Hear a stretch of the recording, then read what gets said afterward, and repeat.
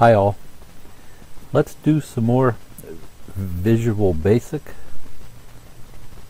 I have Visual Basic on my taskbar here. I could also start it up from the menu.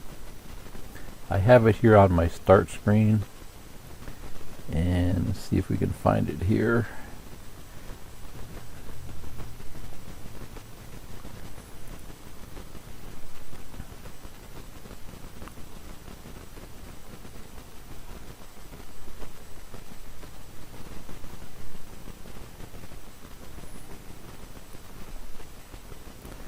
Visual Studio.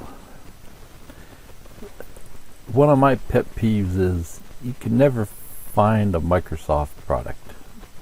Sometimes they put it under Windows, sometimes they put it under the name of the program, sometimes they put it under Microsoft. You know, they should pick one way and stick with it. Like, put everything in a Microsoft folder. That would make it easy to find. So we'll start it up, and most of this we don't really need. This is just a junk screen, a informational screen, you know, things you worked on in the past, you know, some miscellaneous stuff they want you to see here. We can go ahead and close that. We don't need this for now. We don't need output for now. I think the rest of these I'll leave open. Toolbox, Solution Explorer, Properties. You know. You can move these around. You can click and hold on these and drag them to different spots, but that seems to be the place that Microsoft wants to put them, so I'm going to leave them there. Last time in the first video we installed Visual Basic, and then we went over a basic Hello World. This video I'd like to go over a few more. I only have 3 here. We could do a lot more, but I think if we did, it would just get confusing. So the main thing I want to show you is this dim. You know, we use dim to create a variable. So, and then it's just more of the same stuff down here. We just add a few things. So just as a review, in case you didn't watch the first one, we'll do this one again. It's small, it'll only take a second. So we'll go to Visual Studio, go File, New, Project.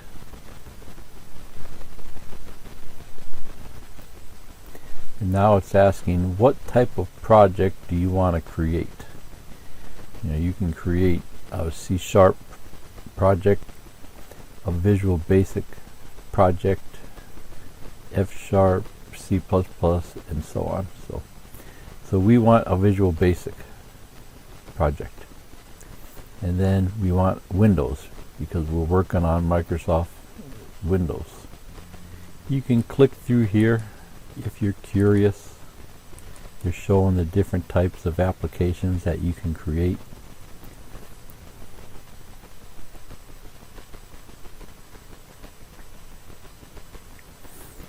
Most of the time in Visual Basic you'll be creating a form application.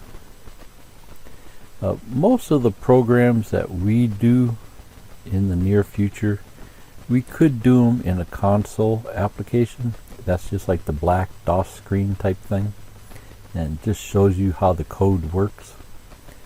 But I would prefer to do them in a form application, because that's what I want you to get used to seeing. That's what you're normally working with. So maybe later on, once we get the hang of the forms, we'll do a few consoles just to show you what it is. You know.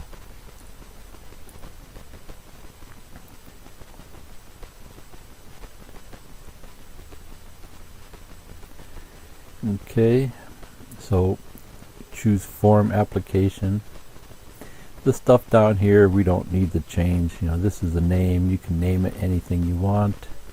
This is just the folder where it's going. You can always change the folder, but it's not necessary, and the solution name doesn't really matter now, so you can use all of the defaults here and just click the OK button.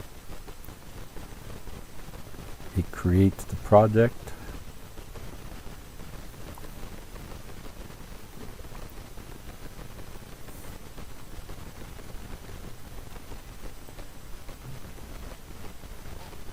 And here's our blank form.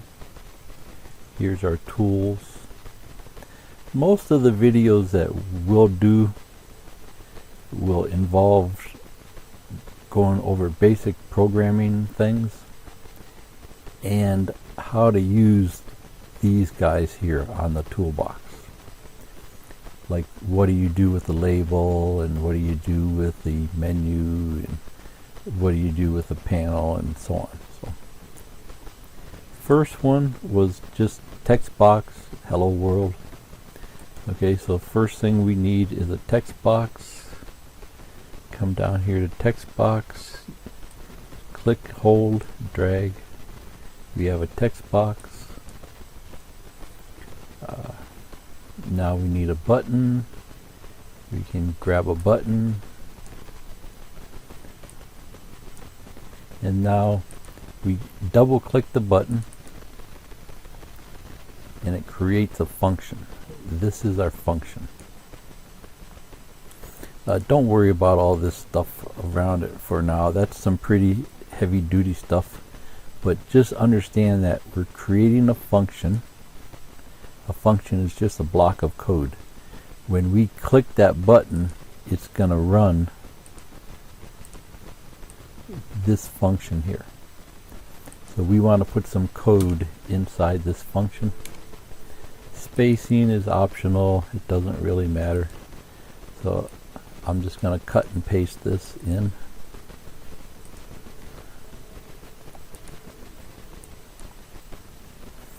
Okay. So when we click the button, it runs this code and puts hello world, the text, inside text box 1. Up here at the top, we have the design. Design just means GUI. When we drop and drag these things here, we're designing the form. If we click on here, here's the code behind the form.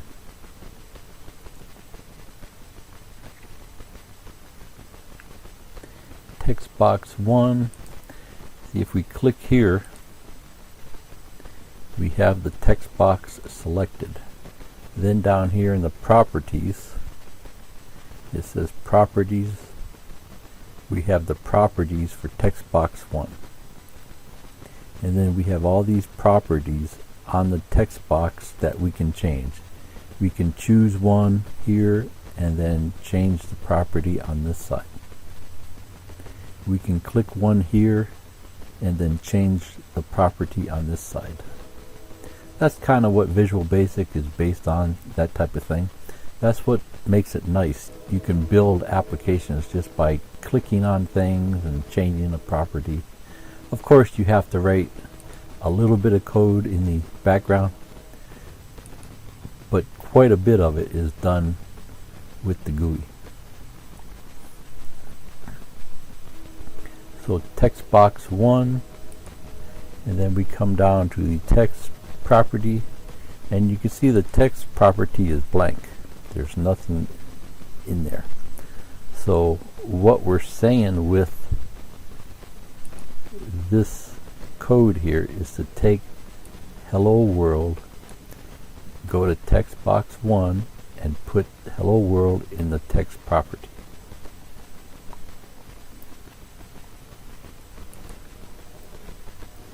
Okay, and then we'll compile it. Here they call it build. We build the solution. we get the output. It outputs the results of the build. The important line is here is 1 succeeded, the build or the compiling succeeded. Usually when you build an application, most people say it's being compiled. In Visual Basic they call it build. It's the same thing. 0 failed, and then we have to run it. Go to debug and start without debugging. That's the way you mostly run it.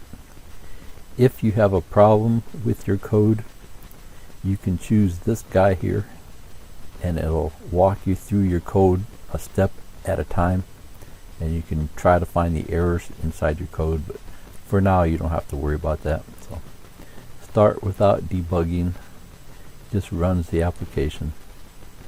So you can see here, this is a regular standalone application. We could close Visual Studio, put this on a thumb drive and run it on a different computer if we wanted to. So we click button 1 and we get that text.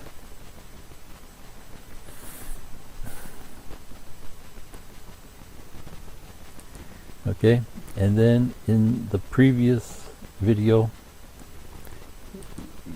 we can go to button 1. See, now we have button 1 properties here, and for the text is the text that we see on the button. We could change the text here. We can say click me,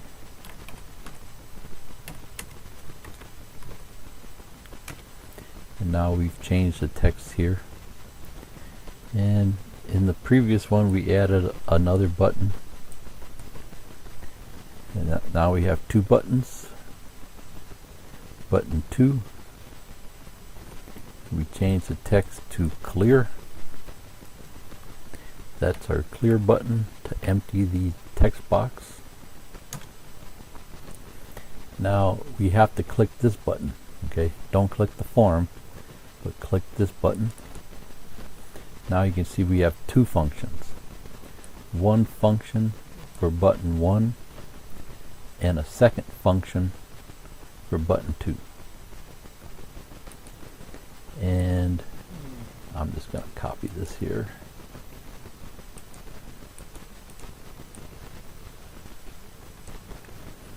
And we want this to clear the text box. So we just put 2 quotes. There's nothing there. It means clear. Build it. You can click build again. Most would say use rebuild the solution.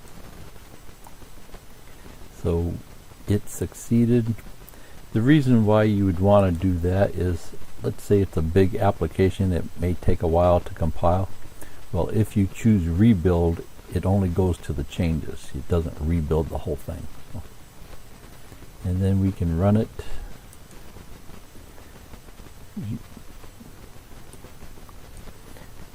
Click me, puts the text in there. Click clear, it clears the text box. Okay, so I'll go ahead and close this. I'm going to copy this code and I'll put it in here. And then I'll upload these files to my account so you have access to them. You can check them out.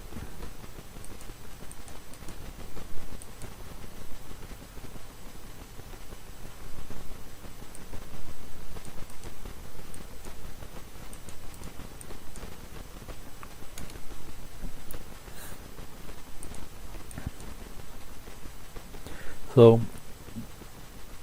like I said, for now, don't worry about this stuff, because there's some pretty heavy duty stuff going on there, and I think if you get caught up in that right now, it might blow you out of the water.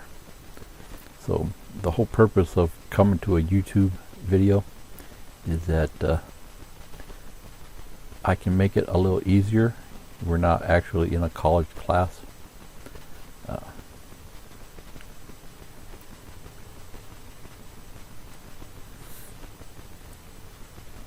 Okay.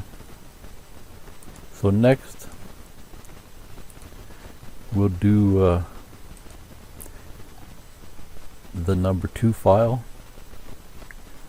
And basically, it's kind of the same thing, but we're just going to add on a little bit. So we're creating strings. Strings are just a fancy word for words. Words and sentences, characters. In programming, they don't call them sentences, they call them strings. It's a string of words, a string of characters. So here's the actual code. So this is basically the same as the first one, kinda, except for this. So just to run through this, we're creating a variable and we're naming it name. And what type of variable is name? It's going to hold a string of characters.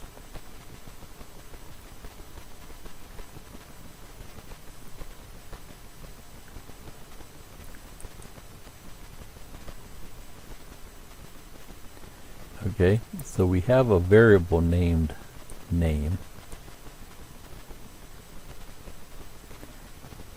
So that's this guy here. And then inside name, we're putting the word Jim.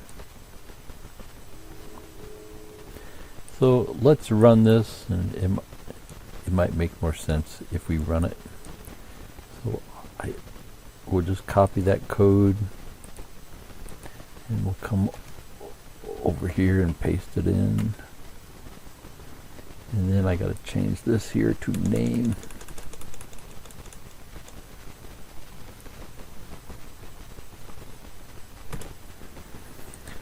Okay, so dim stands for dimension. It just means we're creating a variable. Create a variable. What type of variable is it? It's a string. There's different types of variables, mainly letters or numbers. We live on Earth. As far as I know, that's the only two things you can have, right? That you can write on paper: strings and numbers, or letters and numbers. Now, of course, as computers, there's 1,000 variations, but it still breaks down to strings and numbers. Letters and numbers. Okay, so if we compile this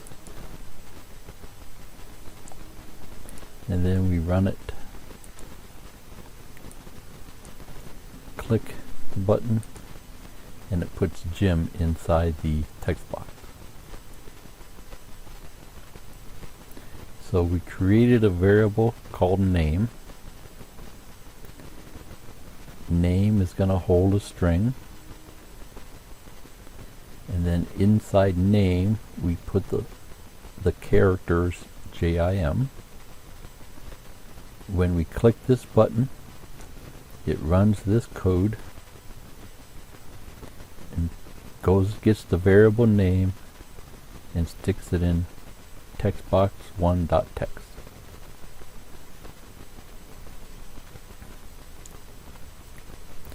So the concept here might be a little tricky to get a hold of. Something that I do in class when I teach this in college is I'll draw this out on the board.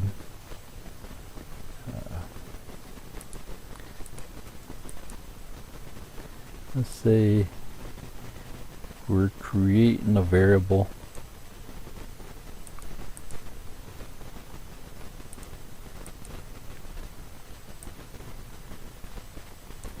We're creating a string.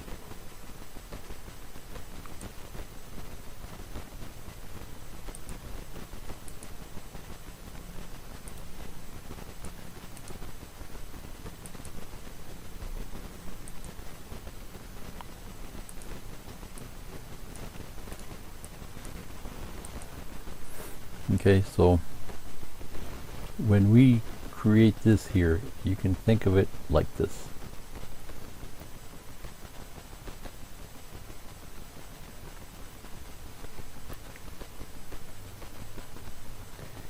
We create a variable. We create the variable and we give it a name. You can name it. We create a variable.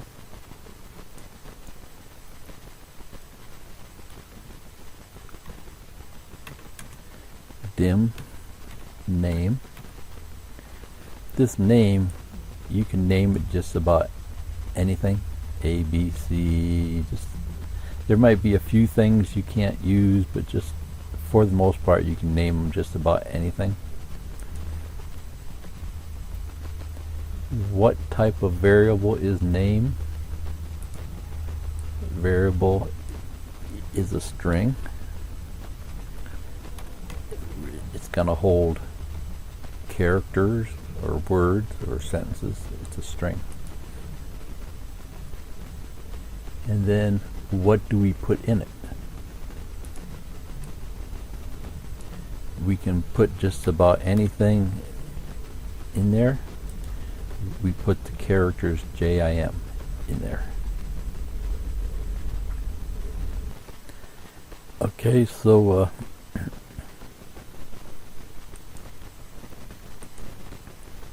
number 2 is kind of the same thing, but we're creating 3 variables: first name, last name, and full name. They're all strings. The first name, we're putting Jim into it. Last name, Vincitore. And then full name, we're creating the variable, but it's an empty variable. There's nothing in it. I'm just clearing the space here. And then down here, we're adding the 2 words together. Take first name, add it to last name, and stick those 2 inside full name. See here, we're taking these 2 and putting them inside here. Then when we click the button, it goes, say, take the full name and put it into the text box. Okay, so I'm just going to copy this code, and I'll put it inside here. So when we click button 1, it runs this code. So let's compile it.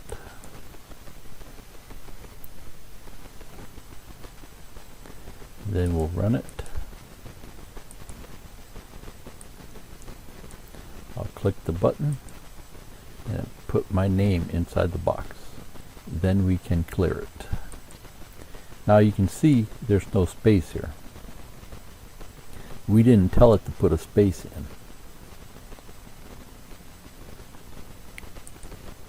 Okay? That's what the next one is. Everything's the same except this line here.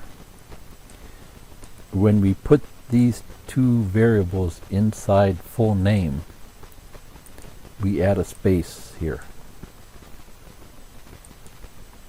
So first, put first name in, and then add a space. I know it's kind of hokey, but that's the way they add a space. And then we add last name.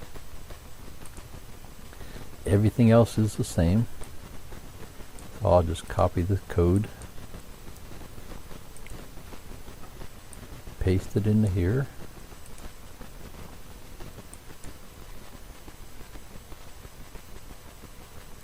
You see here, we create full name with a space, compile it,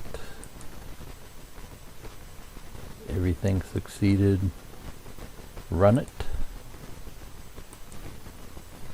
Now when we click me, it puts that space between the two words. We can clear it, click me, clear it.